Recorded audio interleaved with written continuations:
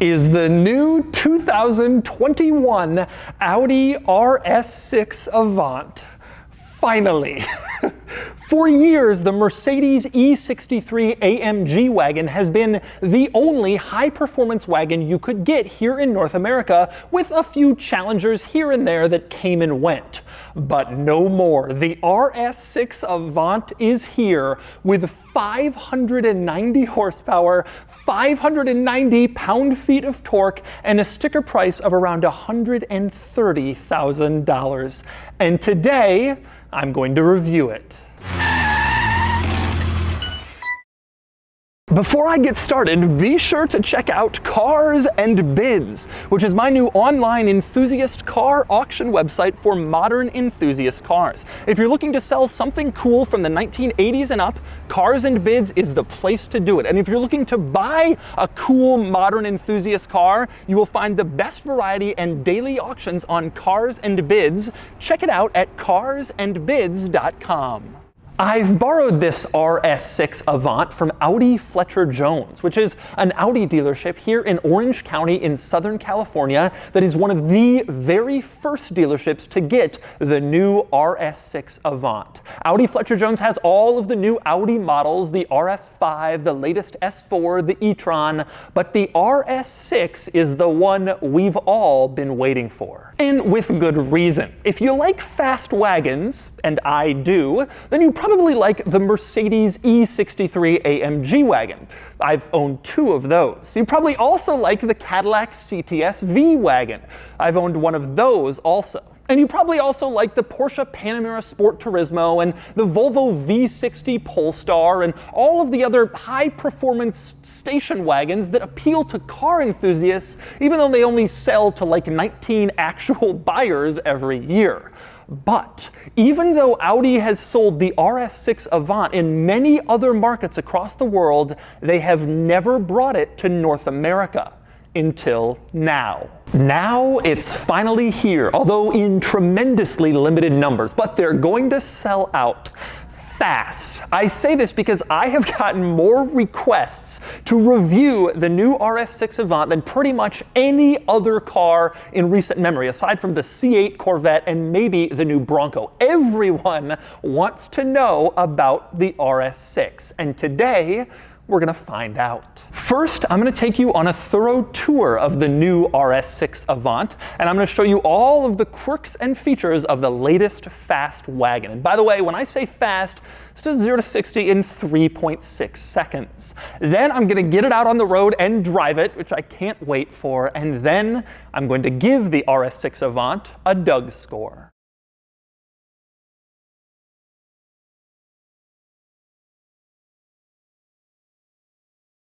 All right, I'm going to start the quirks and features of the RS6 Avant. I can't believe I'm saying that. I'm going to start up front. When you unlock the car, take a look at what the headlights do. They have this cool little headlight dance that acknowledges your presence. A lot of automakers are doing cool things with their headlights when you lock or unlock the cars, and the RS6 Avant is one of those cool headlight cars. And speaking of the headlights, when you have the car on and you put on the turn signal, take a look at how that looks. Again, very cool, very exciting. They like sweep across the headlights like one of those construction zone signs telling you to merge. I love what Audi has done with lighting on the outside of their cars. They've made exterior lights, a boring safety regulatory item, cool with touches like this. But anyway, beyond the lights, let's just talk exterior, because this car looks so cool. One of the first things you notice when you look at it is the flared fenders. The regular A6 wagon will not look like this, with these wide flared fenders to contain these massive tires and wheels. It almost looks like a regular Audi wagon, but it's been to the gym and it has bulging muscles at the corners where the tires are, and I just love that look. It is so special. And speaking of the tires, let's talk about them for a second. They and the wheels are huge. These are 22-inch wheels, which look big on an SUV, but they especially look big on a wagon.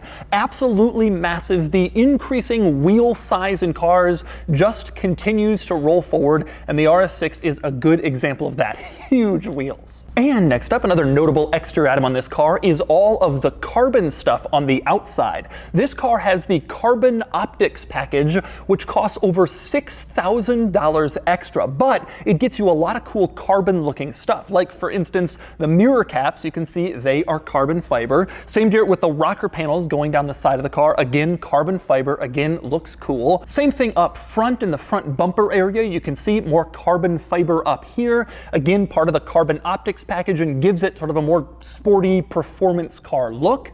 But my very favorite piece of exterior carbon fiber from this package is in back. This rear diffuser just looks amazing. This thing has no business being on a station wagon. It looks like something you'd see on a supercar, but indeed it is on the RS6 Avant, which is essentially a supercar in wagon form. But despite all of that carbon fiber stuff on the outside of the RS6, probably the most impressive carbon item is the brakes. These are carbon ceramic brakes and they cost an extra $9,000. Pretty impressive. Carbon ceramic brakes won't help you stop faster, but they won't fade anywhere near as quickly as regular steel brakes. So when you're on the racetrack doing lap after lap after lap, you can count on the carbon ceramic brakes to keep you going for longer without having to change brakes or pads or deal with any of that stuff. Of course, you're probably thinking, is anyone actually going to take this station wagon on the racetrack?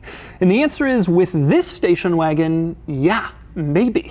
And that's because of this. Probably the best part about the whole car, the powertrain. You have a 4-liter twin turbocharged V8, 590 horsepower, 590 pound-feet of torque.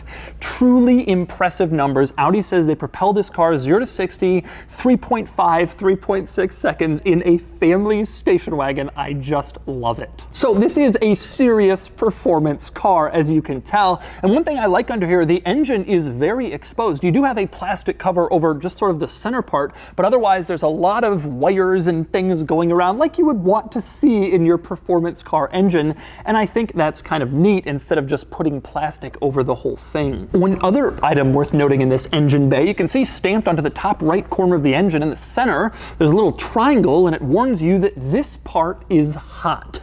Nice to have that little warning there, just in case it wasn't clear to you. And one other notable warning label up here, I mentioned earlier the headlights. What I didn't mention is that they are lasers, not just regular headlights in any respect. These are Class 2 lasers, you can see on this warning label, and don't look directly into the beam because they're lasers and that would not be good.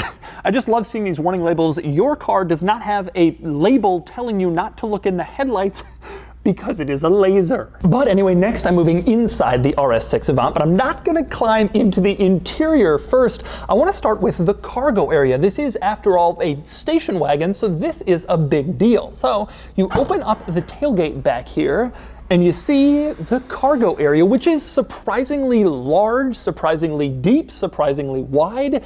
It is practical. Ultimately, the RS6 is based on the regular Audi A6 Avant, which is a fairly standard family station wagon in some markets, so it has to be pretty practical back here. It's just so cool to see this level of cargo carrying capacity in the back of a car that's this fast. Now, a few things worth noting back here. For one, you can drop the rear seats from the cargo area. You have this little latch on the side of the cargo area. You pull it, and then the back seat goes down on that side. You go over to the other side, you pull the corresponding latch, and the other back seat goes down. That really improves convenience. You don't have to go into the back seat and fumble with some latch to put the seats down. Instead, you have some big item, you're in the cargo area, you want to put the seats down, you can just do it from back here, which makes things easier. There's also another nice practical item in this cargo area. Back here you have grocery bag hooks. So you can stick a grocery bag on them. It won't fall over if, for example, it contains milk and you don't want it sliding around. It's pretty standard in the wagons, but it's just crazy to see it in a 590 horsepower car, grocery bag hooks. I just love that combination of performance and practicality. Now, one other item worth noting back here, if you go under the floor, you can see there is no spare tire. That's not all that surprising. This car has 22-inch wheels. They are massive. You can't really fit a spare under this cargo floor. This is kind of a casualty of the growing and growing wheel sizes in the car industry, and it's becoming more common. Now, one other reason you might not see a spare tire back here is the exhaust. This car has a big V8 and a big V8 exhaust to match, and the placement of the exhaust in this area might create packaging problems for such a large spare tire that would have to exist in this car, so that could be another reason that that they ditched it. But anyway, time to close the tailgate, move on from the cargo area and get inside. It is a power tailgate, of course. Before I climb in, I want to say one thing with the badge back here, RS6. Now, Europeans watching this video are going to be surprised that I am so excited about this car. The RS6 Avant has been available in Europe for years, but not in the States. In terms of fast A6 wagons, the US market got the S6 Avant in the mid-90s for a couple years, and then again from 2002 to 2003. We also got the RS6 sedan in 2003 only, but that was it. We've never had an RS6 Avant in North America. We've never even had an RS4 Avant in North America. There's never been any Audi RS wagon in the US until today. So that's why American high-performance wagon enthusiasts are pretty excited about this car. And so now we climb in back of the new RS6, and the first thing you notice when you open the back door is that Audi Sport is projected onto the ground. In parking garages or at night, you will see this every time you open the back door, Audi Sport written out. Now this is interesting. You see this on front doors fairly commonly in cars today, and in fact the RS6's front door does it also. Open up the front door, and again, Audi Sport is projected onto the ground. It's just rare that you see it on the back door. Usually automakers don't put that much effort into the back door since the back seats aren't being used as frequently, but they did here probably because this car's intent is for you to use the back seats, the cargo area. It is not just a performance car, but a performance family car. But anyway, you get inside, and the first thing you notice in here is that there's a lot of space back here. I have good headroom, a few inches between my head and the sunroof. I have good legroom, knee room, a couple of inches. The A6 has grown and grown over the years, and this latest one offers pretty good rear seat room if you want to carry around passengers, not just children, but even adults. But speaking of the seats, I want to go back to lighting for a second. When you get in, there's also a cool lighting feature. Specifically, the seat belts are lit up. How often do you get into the back seat of a car at night and you're trying to fumble around to find the belt buckle? Well, you won't be doing that in the RS6. They are illuminated so you know exactly where your buckle is, so you can easily buckle up as soon as you climb into the back, even if it's dark. But anyway, more to discuss back here, especially in terms of practicality. There's a lot to like in the back of the RS6. For one thing, there's a lot of chargers. You have two separate USB-C ports back here to charge various devices, and you have a cigarette lighter style outlet as well, so you can charge a lot of stuff when you're in the back of this car if you're carrying around your kids and you want them using an iPad or whatever. And there's more in terms of practicality back here. You can see this little screen panel in the back of the center console. That's to adjust the climate control. And not only that, there are two separate climate control zones back here, one for each side. So just like up front in a lot of cars, in back in the RS6, the rear passengers can choose what temperature they want their climate control settings to be. You also have rear heated seats back here, which of course only enhances the comfortability of your rear seat passengers. Now it's worth noting, again, this stuff isn't really that uncommon in a luxury vehicle these days. It's just impressive to see it in a 600 horsepower performance car. You have three separate chargers for the rear seats, lighted seatbelt buckles.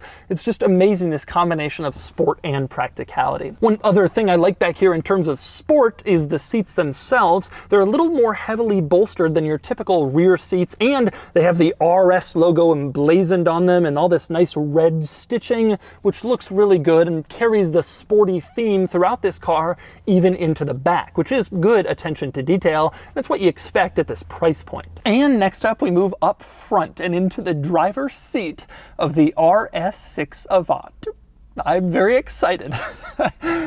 First thing to mention, these seats carry forward that same trim from the back. So you have this same red stitching everywhere. Again, looks very nice. These front seats are even more heavily bolstered than in back. No surprise since they're bucket seats. And you also have RS printed on them, again, sort of pushed into the leather, making there be no question at all about what this vehicle is. Now, interestingly, aside from the seats, there aren't really all that many other items in this interior that remind you of the RS-ness of this car. You have RS on the seats. You also have it on the bottom of the steering wheel, but that's pretty much it. They've decided to go with a rather subtle approach to the RS interior, which sort of fits with the subtle approach to this car's exterior. It just looks like a wagon that's built some muscle until it's ahead of you at a stoplight, and I like the subtlety in here. With that said, there's still a lot to talk about with this interior. One of the major focal points is in the center, where you have two screens, one upper, one lower. This technology is pretty similar to in other Audi models that I've already covered, and I'll get to it in a second, but first I want to talk about the performance stuff. Now, on the lower screen, you can see there's a little button for Drive Select. You can push that and cycle through 3 different drive modes. You have Comfort, Dynamic, which is like Sport, and then you also have an Auto drive mode where it kind of reads how you're driving and then adapts the car's suspension, braking, steering, all that stuff to fit your current driving style. But the drive modes go beyond just that. On the steering wheel, you have a button marked RS Mode. And if you push that button, you can go into RS1, which puts the car in its sportiest possible configuration, except for RS2, which also turns off driver aids like some form of traction or stability control. You only want to go into RS2 mode if you really seriously know what you're doing. You probably don't. And one other performance-oriented item worth knowing in here, on the upper screen you can go into something called RS Monitor, which has a few different areas. The first one actually tells you the temperature of various different systems within the vehicle, the engine, the tires, various other components, so you know exactly how warm the car is if it's ready to be driven hard. On the next screen you can see your maximum G-forces, and not just side to side, but also forward and backward to see how many Gs you were pulling under acceleration or braking. And on the final screen, it will show you your tire pressures, although you have to be moving for it to measure that. Those are your RS Monitor items.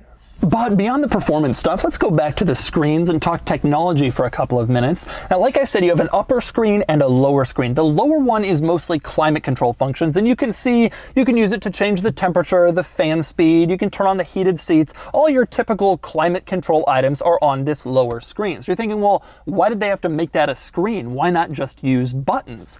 Because it's dynamic. It can do other stuff. For instance, you go into the navigation system, you want to enter a destination, the lower screen turns into the keyboard so you can type a destination in. Or you can take it even further, press this little button in the corner of the keyboard, and now you can write like a pad. And while a lot of cars let you write out your destinations, almost all the others make you go letter by letter with your writing. Here, you can write out full words and the car will understand it and then send it to the navigation system, and then you can go on your way. Rather than having to type it out on a keyboard, take your eyes off the road, you just write it in your own handwriting and the car figures it out. That is pretty cool tech. Next up, another item of pretty cool tech is the camera system, not just the backup camera, but this 3D camera system, which allows you to see what's all around the car using a camera that looks like it's mounted on the outside of the car.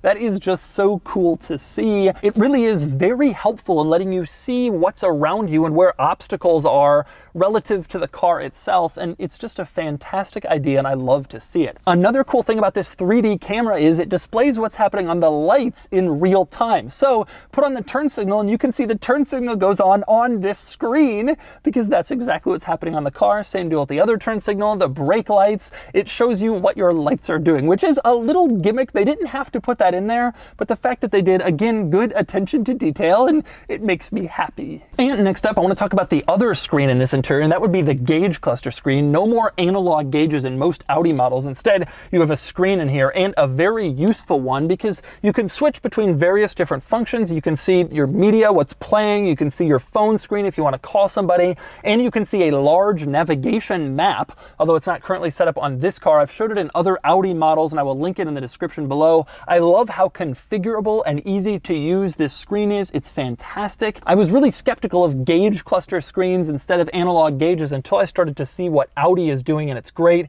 You can have your navigation directions right in front of you, which frees up your other screens for the radio or something else. You don't have to switch so often. It really is a good idea, and it's executed very well in this car. And next up, moving on to some other interesting interior quirks beyond the tech screen stuff, let's talk sunroofs. This car has two of them, a front sunroof and a rear sunroof, and you can use these little controls in the ceiling to open or close the sunshades over the sunroofs. You can see the rear sunshade is now opening, and you can also close it. Unfortunately, only the front sunroof actually opens to the point where you can get air through it. The rear sunroof is fixed in place, but it's nice to have two sunroofs, including one for the rear passengers. And next up, another interior quirk in the vicinity of the sunroof controls. You have your map lights here, and to turn them on, you just tap them, then they're on. Tap them again, and they're off. And then tap, tap, tap, tap.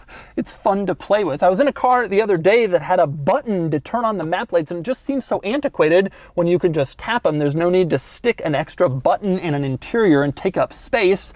This is a much better solution. And next up, speaking of lighting in here, this car has one of my very favorite modern Audi lighting touches. Over on the passenger side of the dashboard, it says quattro, and then has this silver line that extends out.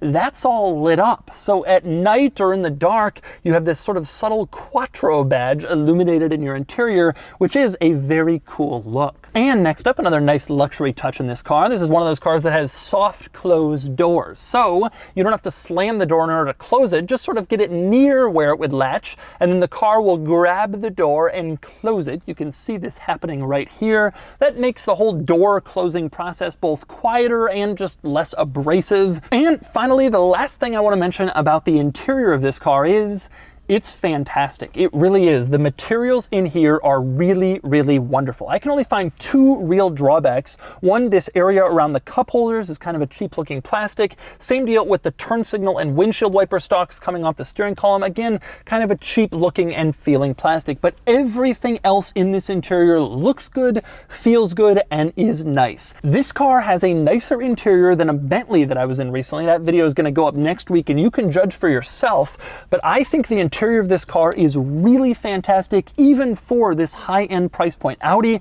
has always done a great job with car interiors, and this is just another example of that. One item I especially want to highlight is the steering wheel itself. It has this sort of dimpled golf ball finish to it. Now, I personally prefer the feel of Alcantara on a steering wheel. I like how it feels in your hands. I like how grippy it is, but Alcantara wears very poorly, and if you have a car for even more than 2 or 3 years, it'll start to look ugly. This golf ball finish is the next best thing. Still very grippy, very nice, and very high quality. And you have the same golf ball texture on the shifter. It's nice that they've put this material that feels both upscale and durable on these two big touch points, the steering wheel and the shift lever. I like to see it there. And so those are the quirks and features of the new Audi RS6 Avant. Now it's time to get it out on the road and see how it drives. All right, driving the RS6 Avant. This is very exciting. Really one of the very first people in North America to get to drive this car. Only a few of these have showed up. Audi Fletcher Jones has this one. It's pretty impressive. And just accelerating immediately, the first thing you can tell is just instant throttle response, really, really quick, and it feels it. And that's a difference compared to the RS5 Sportback, where I felt that there wasn't quite enough instant throttle response with that V6 that those cars have. This thing feels a lot better with its V8. It really feels like you'd expect from a V8. It just goes. Oh, it feels so good. Now, I love the AMG station wagon. It's one of the coolest cars. But there's just something about the RS6 Avant. It's this fast wagons is like Audi's thing, and I'm just thrilled that this car exists and that it's here in the States. Really excellent power delivery, really, really better than S3, RS3, RS5. Those cars, I've always felt the throttle tip-in isn't that great. You push it and there's just not enough instant.